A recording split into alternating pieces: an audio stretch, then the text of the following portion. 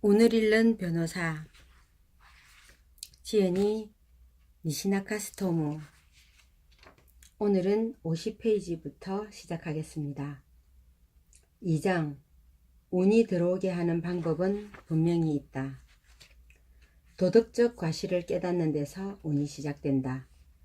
변호사로 일하면서 1만 명이 넘는 사람들의 인생을 통해 절실히 깨달은 것은 다퉈서 좋은 일은 아무것도 없다는 것입니다.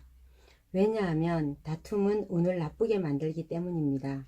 예를 들어 소송에서 이겨서 큰 돈을 손에 넣는다고 해도 운이 나빠지면 아무 일도 되지 않습니다.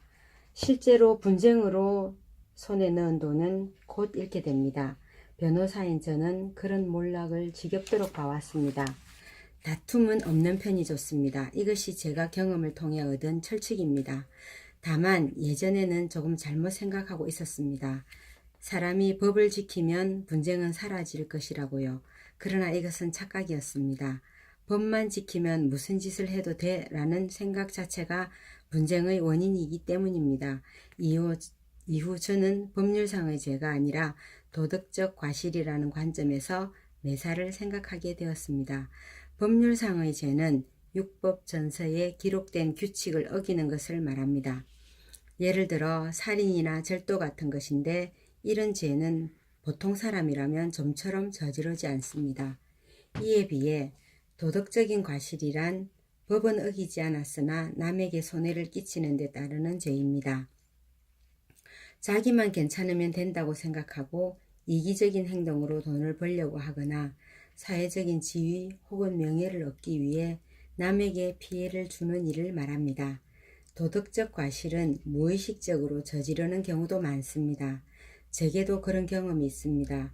예를 들어 입시나 취업 등에서 여러 군데에 지원해서 합격하는 경우입니다. 자신에게 필요한 합격은 단 하나일 텐데 괜히 여러 군데에 지원에 합격하는 것은 이기심입니다. 다른 사람의 가능성을 막아버리기 때문입니다. 이렇게 무의식적으로 저지르는 도덕적 과실을 눈치챈 것은 도덕과학을 배우고 나서부터입니다. 도덕과학이란 법학자인 히로이케 치쿠로 선생이 창안한 학문으로 도덕을 과학적으로 연구하는 것입니다. 도덕과학에서 인간은 살아있는 한 도덕적 과실을 저지른다라고 말합니다.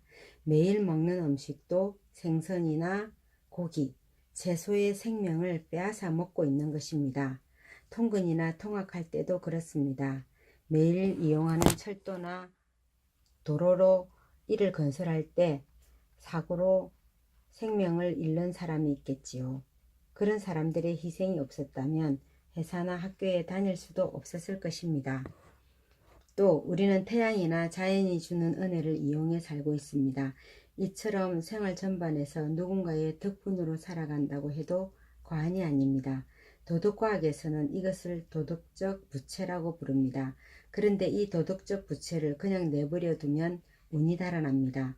그러나 도덕적 과실을 인지하고 감사하는 마음을 가지면 운이 달아나는 것을 막을 수 있습니다.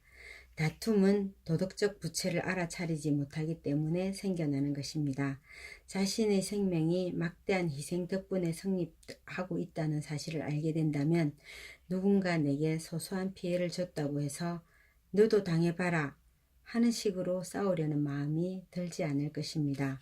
싸우지 않는 것, 도덕적 과실을 깨닫는 것, 은혜에 감사하는 것, 도덕적 부채를 갚는 것, 이를 실행한다면 불운이 사라지고 행운으로 바뀔 것입니다. 그렇지 않으면 불운이 차례로 닥쳐올 것입니다. 이제부터 제가 경험한 일 중에서 이를 증명해 줄 사례를 소개하겠습니다. 다툼을 막는 것이 운을 지키는 비결이다. 변호사인 제가 다투지 않는 편이 좋다라고 말하는 것은 다소 의외일지도 모릅니다. 이혼이든 부도처리든 유산 상속이든 간에 다툼이 일어나 재판을 하게 되면 변호사는 더욱 큰 보수를 받을 수 있으니까요. 그렇지 않을 경우 받을 수 있는 건 겨우 상담료 정도로 그다지 큰 이득이 되지 않습니다.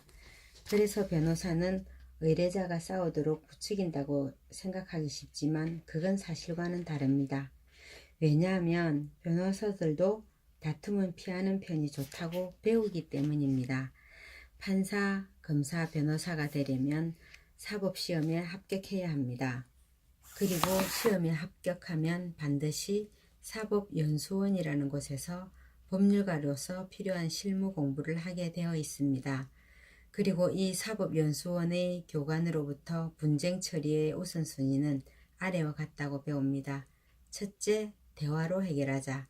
둘째, 재판을 해도 화해로 해결하자. 즉, 가장 좋은 방법은 재판을 피하는 것이라고 배웁니다.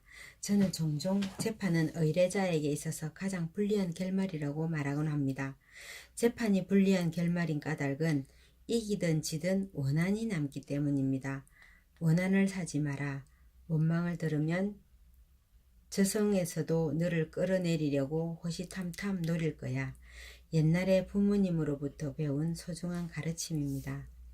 신기하게도 재판에서 이긴 후에 불행해지는 사람이 드물지 않습니다. 승소한 후에 회사가 도산하거나 부도어음을 받거나 경영자가 교통사고를 당하는 등의 예를 수없이 보아왔습니다. 분명 원한을 샀기 때문에 운이 달아난 것이겠지요. 다툼은 원한을 남기고 운을 달아나게 합니다. 부디 이 사실을 잊지 마세요. 부부끼리 감사해 하면 그 집은 잘되기 마련입니다.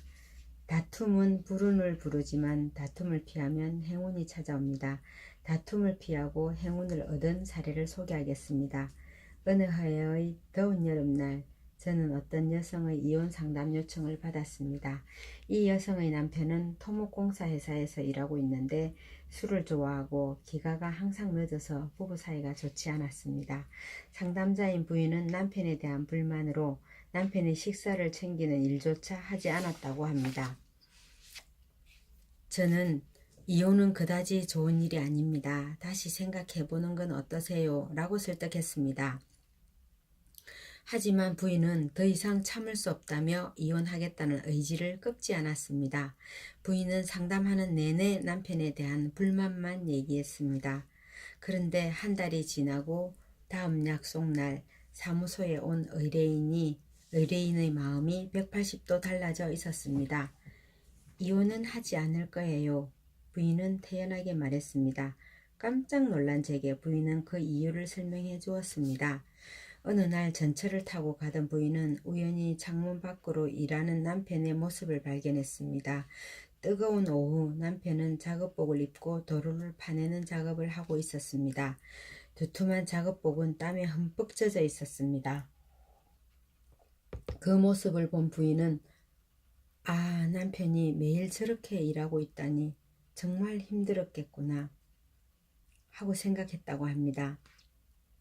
남편이 일하는 모습을 본 부인은 처음으로 남편의 일이 얼마나 힘든지 알게 되었습니다. 그렇게 힘들게 일하는 덕분에 가족이 생활하고 있다는 것을 깨달은 것이지요. 감사하지 않으면 벌을 받을 거예요. 부인은 제게 이렇게 말했습니다. 그날 밤 남편은 평소와 같이 술을 마시고 늦게 집에 돌아왔습니다. 그러나 부인은 조금도 화가 나지 않았습니다. 이렇게 더운 날 비 오듯이 땀을 흘리며 일했으니 일 끝나고 시원한 맥주를 마시고 싶은 게 당연하다는 생각이 들자 남편에 대한 미움과 원망도 사라졌다고 합니다. 그 후로는 집에 들어온 남편에게 수고했어요 라고 말하며 따뜻하게 맞이했습니다. 그러자 다음날 남편은 술집에 들르지 않고 바로 집으로 돌아왔습니다. 그리고 부인에게 이렇게 말했다고 합니다. 항상 늦게 들어와서 미안해. 이제부터 되도록 술을 줄일게. 부인이 남편을 향한 태도를 바꾸자 남편도 부인을 향한 태도를 바꿔 다투는 일을 피할 수 있었습니다. 얼마 전 부인과 오랜만에 만날 기회가 있었는데 지금도 여전히 행복하게 잘 지내고 있다고 합니다. 부부 사이가 나빠진 이유는 한쪽에만 있는 것이 아니라 쌍방에 있는 경우가 많습니다. 상대방에게 신세를 지고 있거나 폐를 끼치고 있다는 사실을 깨달으면 자연스레 감사하는 마음이 생깁니다. 그러면 다툼도 사라지겠지요. 상대방에게 감사하면 다툼을 피할 수 있습니다. 이 부분은 남편에 대한 부인의 감사로 다툼을 피하고 행운을 얻게 된 것입니다. 다툼 중에서도 상속 분쟁은 큰 불운의 서막이다. 앞의 이야기와는 반대로 다툼으로 운이 나빠진 사례를 소개하겠습니다. 유산 상속 분쟁인데 운이 좋고 나쁨이라는 의미에서 보면 전형적인 유행이었습니다. 당시 제 의뢰인은 시내에서 작은 공장을 경영하고 있었습니다. 할머니의 유산 상속으로 문제가 생겼습니다. 본디 의뢰인의 할머니는 공장과 관련된 자산 일부를 소유하고 있었는데 의뢰인과 의뢰인의 고모가 이 자산에 대해 동일한 상속권을 가진 것이 원인이 되어 분쟁이 일어났습니다. 문제가 된 것은 공장 부지 안에 있는 토지였습니다. 공장의 출입구에 해당하는 200평가량의 땅이 할머니 소유였는데 고모가 의뢰인과 같은 상속권을 주장했습니다. 할머니는 유언을 남기지 않았기 때문에 법적 상속인이 유산을 상속받게 되었습니다. 고모는 돌아가신 할머니의 자식이기 때문에 법정 상속인입니다. 물론 의뢰인의 아버지도 돌아가신 할머니의 자식으로 같은 권리를 가지지만 이미 돌아가셨기 때문에 권리는 손자인 의뢰인에게 그대로 계승되었습니다. 이처럼 상속인이 상속권을 상실했을 경우 그의 직계 비속이 대신 상속하는 것을 대섭상속이라고 합니다. 즉 문제의 토지는 의뢰인과 고모가 반반씩 상속받을 수 있다는 것이지요. 그런데 토지의 절반을 고모가 갖게 되면 의뢰인은 공장을 경영하면서 그 토지를 출입구로 사용할 수 없게 됩니다. 그래서 의뢰인은 고모에게 토지는 모두 자신에게 양도하고 그 대신 상속분에 해당하는 금액을 지급하겠다고 제안했습니다.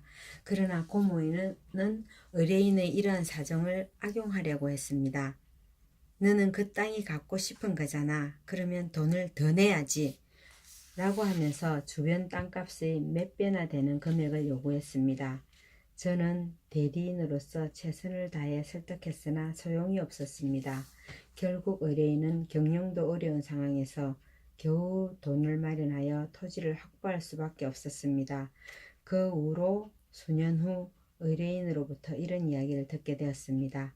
그 일이 있은 후 얼마 지나지 않아서 고모가 돌아가셨어요. 연세가 높으셨으니까요. 그런데 얼마 전에는 갑자기 고모의 큰아들이 제게 전화를 해왔어요. 돈을 빌려달라고 했어요. 자초지종을 들어보니 회사 자금에 손을 댄 것 같더군요. 회사로부터 돈을 내놓지 않으면 소송을 걸겠다는 통보를 받은 듯 했습니다. 어떻게 내게 이런 뻔뻔한 부탁을 할 수 있는지. 저는 질려버렸어요. 물론 돈을 빌려주는 것도 거절했습니다. 유산 상속 분쟁 때문에 운이 나빠져서 자식에게까지 나쁜 영향을 미친 것입니다. 다툼은 멈추는 편이 좋아요. 운이 달아납니다. 부디 주의하세요. 도덕적 과실에도 속죄해야 운이 들어온다. 범죄는 아니지만 도덕적으로 보면 죄에 해당하는 행동, 그것을 도덕적 과실이라고 합니다. 사람은 살다 보면 자기도 모르는 사이에 누군가에게 가혹한 일을 하는 경우가 있습니다.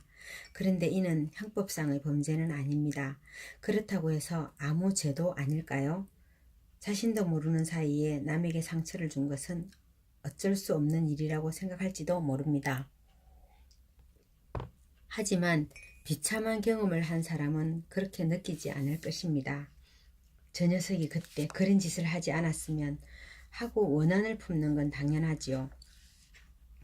누군가로 인해 자신이 비참한 경험을 했다고 상상해 보세요. 가해자의 행동이 형법상의 범죄는 아니더라도 도덕적으로 보면 역시 죄가 됩니다. 돌이켜보면 제게도 그와 관련된 일이 여러 개 있습니다. 저는 대입시험을 볼 때 두 학교에 지원해서 모두 합격했습니다. 하지만 실제로 입학한 곳은 오사카 대학이었습니다. 저는 다른 학교의 합격 기회를 쓸모없는 것으로 만들었습니다. 만일 제가 한 군데만 지원했다면 누군가는 저로 인해 불합격 당하지 않았을 것입니다. 저는 대학 입시를 치르기 전부터 이런 사실을 알고 있었습니다. 즉 처음부터 누군가의 희생을 전제로 한 일이었습니다. 또한 변호사가 되기 전 몇 년 동안 회사원 생활을 했는데 그 회사에 취직할 때도 같은 행동을 했습니다. 취업 활동을 할 때 두 회사로부터 채용 통지를 받았습니다. 물론 실제로는 한 회사에만 근무했으니 이때도 누군가에게 희생을 강요한 셈입니다. 물론 제가 입학하지 않거나 입사하지 않으면 다음 순위에 누군가가 자연스럽게 기회를 얻을 수 있습니다. 하지만 그는 불합격 소식을 듣는 순간 크게 실망하고 좌절에 빠졌을 것입니다. 어쩌면 그로 인해 원하지 않은 대학이나 회사를 선택했을지도 모릅니다. 자신의 욕심으로 두 군데나 합격을 노리는 것 자체가 이기적인 생각입니다. 이것이 도덕적 과실이라는 것은 의심할 여지가 없습니다. 누구나 이러한 죄를 저지르고 있습니다. 하지만 모두가 똑같이 하는 행동도 죄가 될 수 있습니다. 형법을 어긴 범죄자가 아니더라도 어떤 형태로든 그것에 대한 보상은 해야 합니다. 좋은 운을 가까이 하고 싶다면 도덕적 과실에 대해 속죄할 필요가 있습니다. 이것은 1만 명의 인생을 가까이서 지켜본 제 경험상의 규칙입니다. 오늘은 68페이지까지 읽었습니다.